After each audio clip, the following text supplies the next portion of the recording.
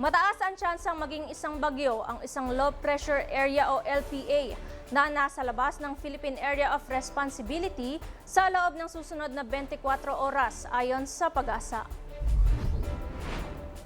Ang LPA ay namataan 1,370 kilometers sa silangan ng northeastern Mindanao at inaasahang papasok sa PAR ngayong araw.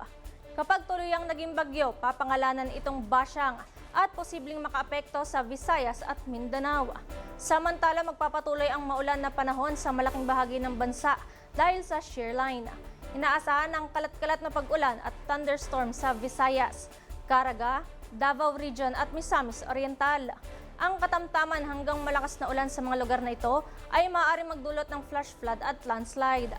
Dahil naman sa amihan, makararanas ng mahinang ulan ang Batanes at Babuyan Islands habang paminsan-minsang ambon ang mararanasan sa iba pang bahagi ng Luzon.